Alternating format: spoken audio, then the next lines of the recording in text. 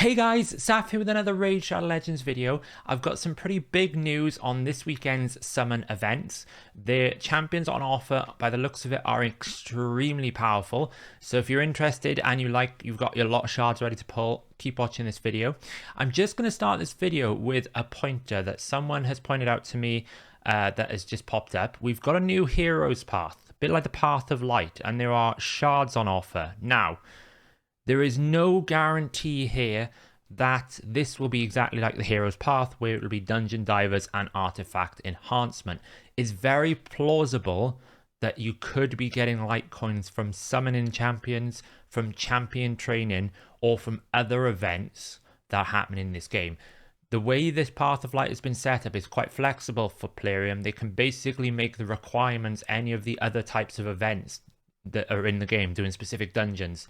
So be warned, I don't know if it's going to be. I'm not here saying that it 100% will be different, but there is a possibility that pulling shards here could be a requirement for this path. Just that one warning. So without further ado, let me get into which champions are available this weekend in the times 10 event. So what we've got this weekend is a bit more of a special weekend. We have multiple times 10s for multiple champions happening on for 24-hour windows. There's also a guaranteed champion from Sacreds, which is not a surprise because I totally got baited into this after the 1+1.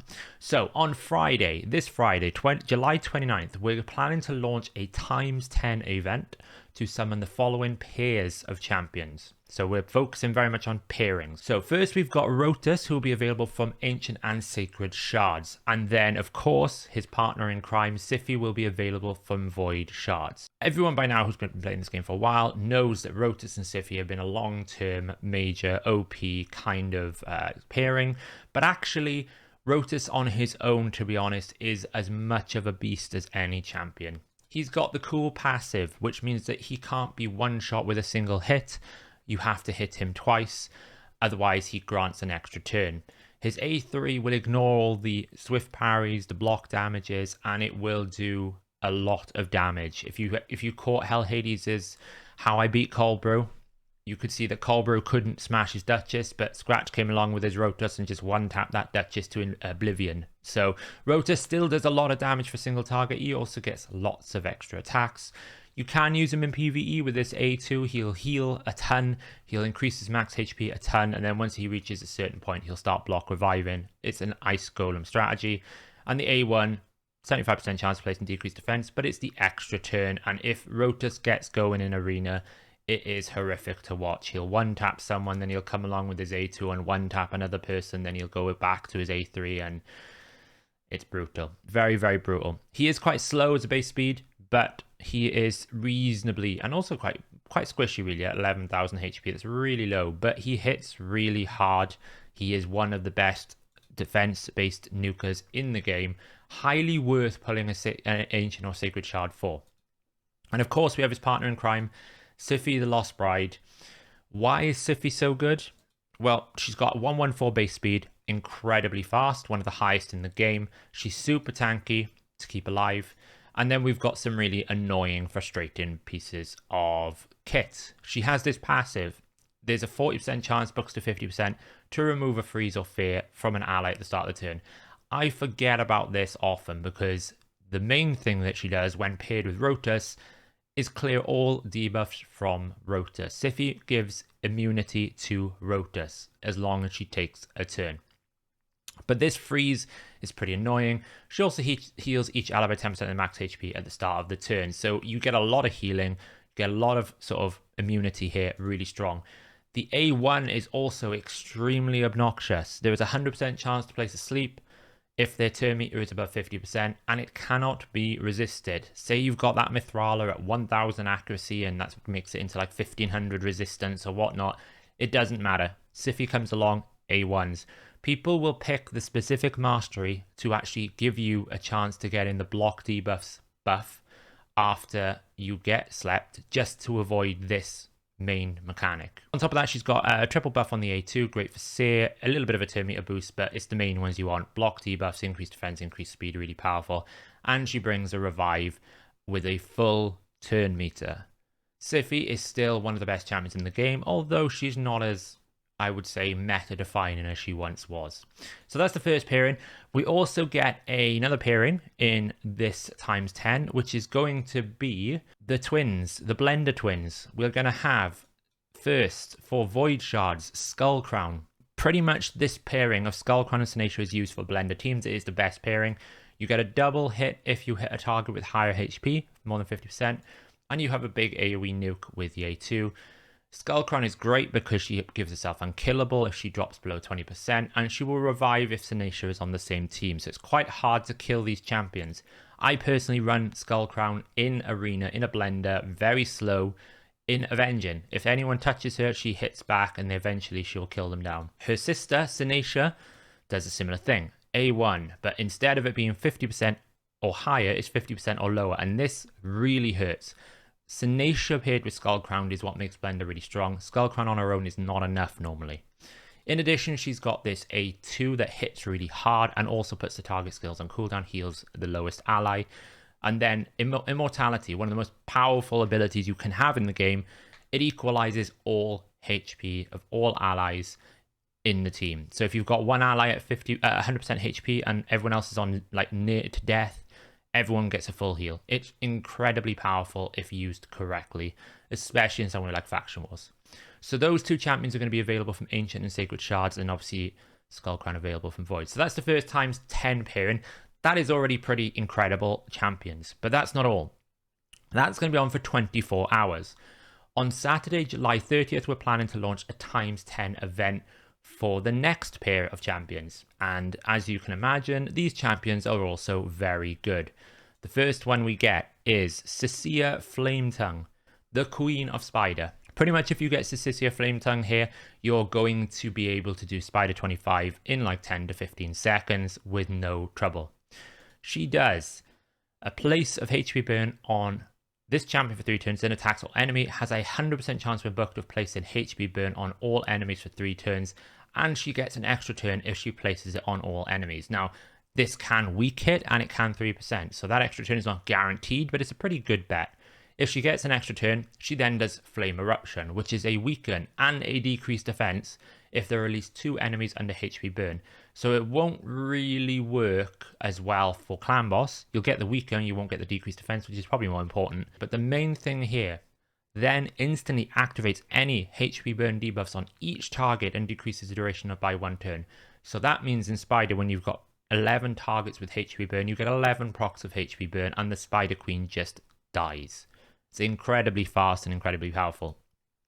In addition, she increases the champion speed by 3 and damage inflicted by 3% for every enemy and ally under HP burn. And if Cardiel's on the team, she'll heal all allies by 3% of the max HP from HP burn debuffs instead of receiving damage. So she flips the table a little bit. But really, this A1 and this A3 is kind of ignored, really. It's not what she's here for. It's the A3 into the A2. It's an incredibly powerful combo. Spider, you know, Doom Tower, any bosses, it works really nice for because it's HP burn. She also has a 60 ally accuracy in all battles, which is quite high. Her partner in crime, as you can imagine, this one, in my opinion, is the stronger of the Void options so far. It's one of, if not the best looking champion in the game. Cardiel, the wings, the halo, the sword, it's just like whoever designed this deserves a raise. It is really phenomenal. So why is Cardiel, in my opinion, better than, say, someone like Siphi or Skull Crown or the other Void options?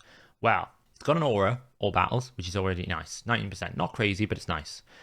This passive is a really, really annoying and frustrating passive. Firstly, ally receive 20% damage from champions from the Demon Spawn, Undead, and Night Revenants. That is 60% of the arena meta. Demon Spawn, we're talking Candrathon, that's 20% less damage. Undead Hordes, we're talking Rotus, less damage. We're talking Night Revs, Hefrak, 20% less damage. That's already pretty strong. Then we've got, whenever an ally attacks, there's a 15% chance to team up with them and join their attack. This 15% chance happens a lot more. You know, obviously it buffs up to, well, that's like 20, I can't do maths this morning. It's like another 30%. That 30% feels like it happens a lot. And when you realize what his A1 does, you can see why it's so powerful.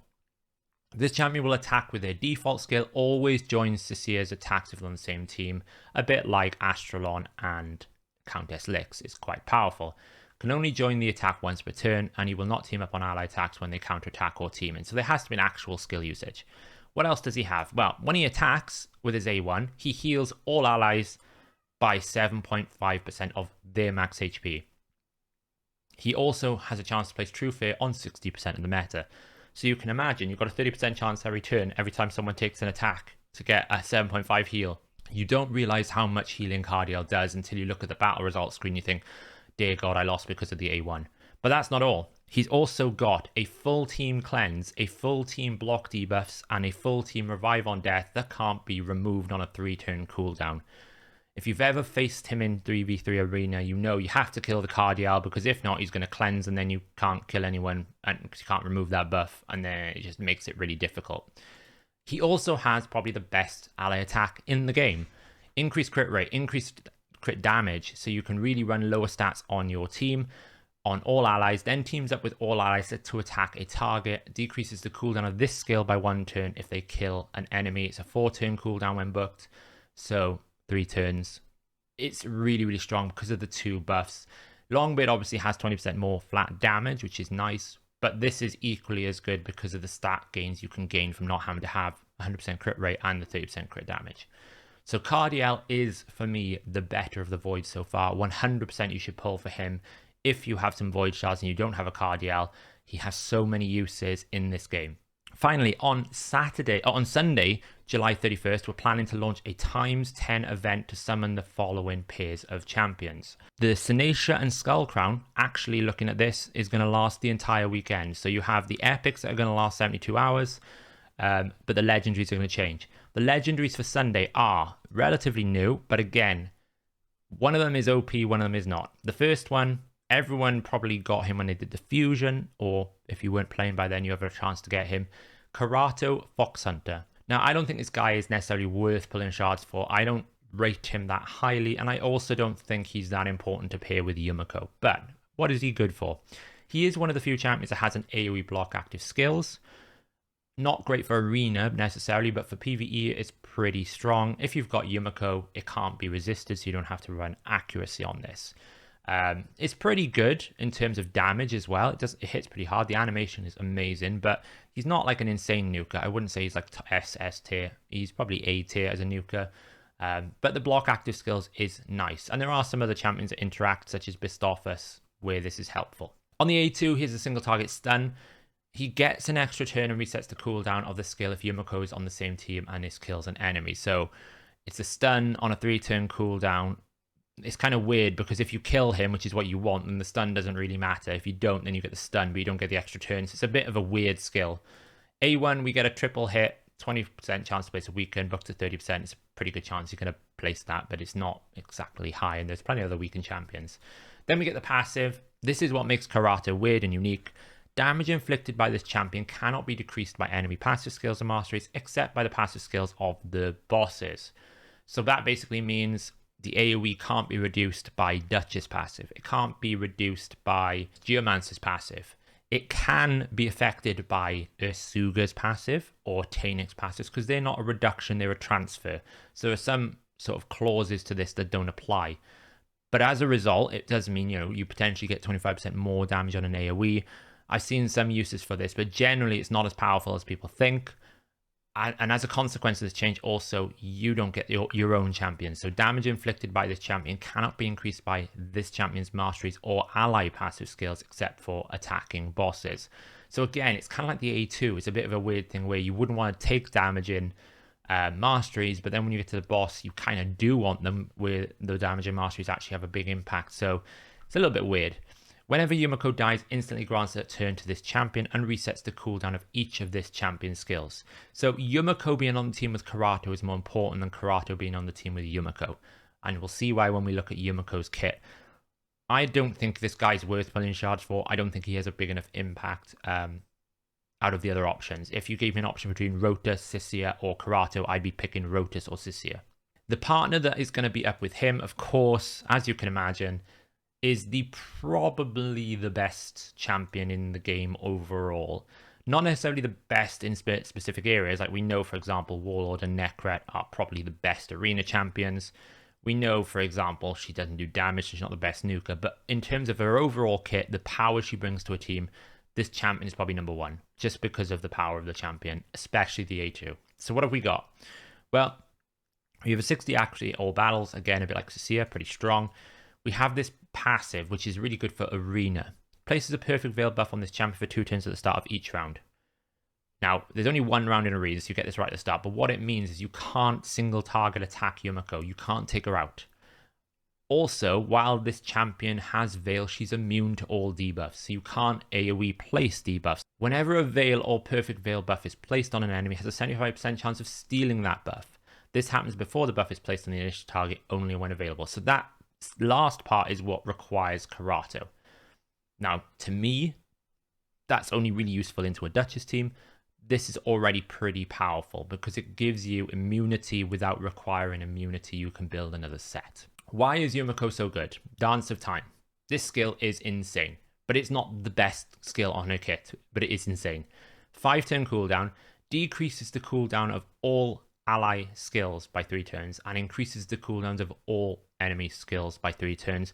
Will not decrease the cooldown of this champion's skills, but she can be reset by Kaimar. You're doing both. You're doing both Kaimar and Warlord in one ability. 3 turns is normally enough. It's not as good as Warlord.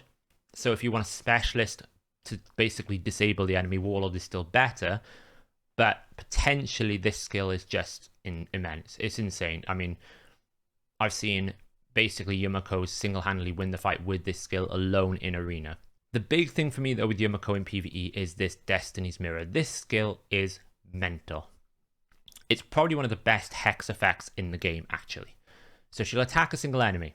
You think, oh, well, that's pretty bad. She places hex on 100% chance on a 3-turn cooldown. Okay, she places it for 3 turns on a 3 turns, so it's always up. One enemy doesn't matter. Whenever an enemy tries to place a debuff on this champion or an ally, so anyone on your team, it has, when booked, a 75% chance of transferring the debuff to a random enemy under hex placed by this champion, so it'll be the champion you've hexed. This happens before any debuffs are placed on the initial target. This last sentence is important. This means bomb or bombs are sent back. This means the champion can't be stunned. It's sent back. This means any decreased defense, weaken, poisons, HP, any debuff that has a negative effect on you just gets sent back. Even if the boss is immune, it'll still get sent back. It'll just say block debuffs. When you use this ability, it doesn't sound crazy. When you use it, you realize it just basically makes your team immune. It's so strong. Has a 50% chance when booked against bosses, still pretty high. Then the Karato specific one, whenever someone fills the turn meter of an enemy under hex debuff, this champion takes that turn meter instead. Again, that's why I'm saying I don't think Karato is that essential for Yumiko. She gets turn meter, but does it really matter? Probably not. On the A1, we have a double attack. She will steal 7.5% for each hit if the enemy has 50% more HP, or she'll heal if she has less HP. So that's pretty nice to have as well. As long as you keep her healthy, she's gaining a lot of turn meter to get her back around to the A2 and the A3. Yumiko is a monster. It's actually quite difficult to pick between the voids. Siphi is a great protector and a great turn meter booster, and is also a triple buffer, more universally useful potentially. Cardiel is immense. Best ally attacker probably in the game. Cleanse has a real good counter in the arena, but Yumiko is the best champion in the game, so good luck picking which one you want. But I'm not done. There is one more thing to add here. Now, I got baited by the 1+1. I thought we would get a guaranteed Sacreds after next weekend, because next weekend is ×2 Sacreds. We're not. We're getting it now. So on Friday, July 29th, which is going to last by the looks of it for the entirety of the weekend, there is a guaranteed champion that you're going to get from Sacred Shards. You're going to need 15 Sacred Shards. So if you didn't save your Sacred Shards, you are probably in trouble. Like me, I've got to find 11 Sacred Shards this weekend. But the champion you're going to get is a new one. It is Nekmothar. Pretty awesome looking, kind of. Feels like if you've ever played Total War Warhammer, it feels like some of those lizards that used to be in that game with the kind of like the club thing. Pretty cool. It's got a nice little bag. Cool little dagger. I don't really know what these little things are off his back, but he looks amazing. Now, is Nekmothar worth 15 Sacreds? Well, firstly, another aura in all battles. This aura in all battles is really useful, especially for clan boss. We have an AoE A1, great for stun set. Has a 40% chance of placing a decreased attack, but it increases to 75% chance against anyone under a debuff. A 75% chance to place a decreased attack on an A1 where you can also pair it with a stun set, a taunting set, or another type of control set is really, really good. On the A2, we have another AoE. So again, increasing the value of those control sets. Attacks all enemies, has a 75% chance of placing decreased speed and leech. This ability for Hydra is insane. Actually, A1 for Hydra is insane. If you're looking for a Hydra carry, this champion will do it for you. Decreased speed obviously doesn't work against Clan Boss. The leech though, so far we've got decreased attack and leech. If you're running a traditional comp, not an unkillable, those two will basically mean you don't have to run lifesteal, and you've also got that decreased attack on a pretty reliable, regular basis because it's 2 turns on a 75% chance. Then we get speed weirding. This skill is actually huge. It is a big ability. You can use this probably to run a 2-1, and I think potentially if I manage to find the Sacreds, I'm going to have a lot of fun finding different weird and unusual clan boss teams. We can make this work. Places a 30% increased speed on all allies. Great. Increased speed is really powerful. Then he also fills the turn meters of all allies by 30%. Great. That's really powerful. Then he grants this champion an extra turn, and it books to 4 turns, but because of the extra turn, it's effectively a 3 turn. I've said this in a few videos, an increased speed needs to run on a 3 turn window for it to work, otherwise it's just too difficult to get that 2-1. The fact he also does a 30% increased turn meter means that we've, for the first time, got a champion that does increased speed and a lot of turn meter in a potentially reliable enough setting that could work in Clan Boss. Now the only caveat with this guy, and I don't know why players do this, but they stick passives in that make it really difficult to speed turn. Rune of Haste will fill this champion's turn meter by 5% each time a debuff on an enemy is removed, transferred, or expired. What a nightmare this is going to be actually to Clan Boss speed turn because of this. This basically requires you to run a Vizier, probably, or a Jingwon maybe. If you can get 10 debuffs up with 20 stacks, then this passive is basically disabled, which means you can reliably use all these abilities. Otherwise, you're going to have problems with this because the 5% could break your speed turn easily. It's pretty good in Hydra though. If debuffs are removed, you get a bunch of turn meter fill. Maybe you can reapply it. Maybe you can run your extra boost. Maybe you can do whatever you want. We have got the decay head right now. He removes. We don't have really transfers, but it does expire as well. So if you suddenly get a 5... If you imagine you've got 5 debuffs on every Hydra head and it full cleanses, well, that's 5 times 4. That is, math's not great. My today 20 times 5. That's basically a full turn. He will instantly get a full turn here. I think this guy is massive for Hydra. I think he's really good for early to mid game for people who haven't got unkillable clan boss teams. I also think he could potentially make some unkillable clan boss teams interesting, even though he doesn't bring anything extra to the table, just because this ability is so powerful. But I need to investigate that further. Now, should you go for him? I certainly will do if I can get the Sacreds. It's going to look a bit tight for me. I got to look where I'm in Doom Tower. Can I get something from the 3v3? Hopefully Clan Boss will be kind to me. I'm about 11 off at the moment. That's a lot. It feels like quite a stretch. So guys, that's the end of the summons here. That's everything we've got going on. So it's basically a Lover's Duet kind of scenario. Pretty busy summon weekend. Keep an eye out for this Hero's Path. Let's see what it results in tomorrow. Maybe there is a Sacred Shard at the bottom that will help people if they're going for Guaranteed. I don't think there's any other Sacred Shards going on right now that we can see. I think that's just normal. And I don't think there's ever a Sacred Shard in any of these tournament events, unfortunately. So let me know in the comments below if you're going for any of these champions, which ones you think are more powerful than the other ones. I personally think I'll be going for... I'm tempted by Yumiko, but I'll probably be going for Cardiel because I think he's more useful in other areas of the game. But then I suppose Yumiko is really powerful. It's really difficult. I'm torn between those two. I probably will be pulling all my Ancients for Rotus, and then I'll be using my Sacreds for Necmo if I can get there. But keep in mind, guys, next weekend is times 2 Sacreds. We are probably due a fusion any day now in terms of an announcement. That will start soon, so don't... You know, if you want to blow all your shards, just keep that in mind that you have got those resources you'll need for the next fusion, and that champion could be really good as well. But good luck on your summons if you're going for it, and I'll catch you in the next video.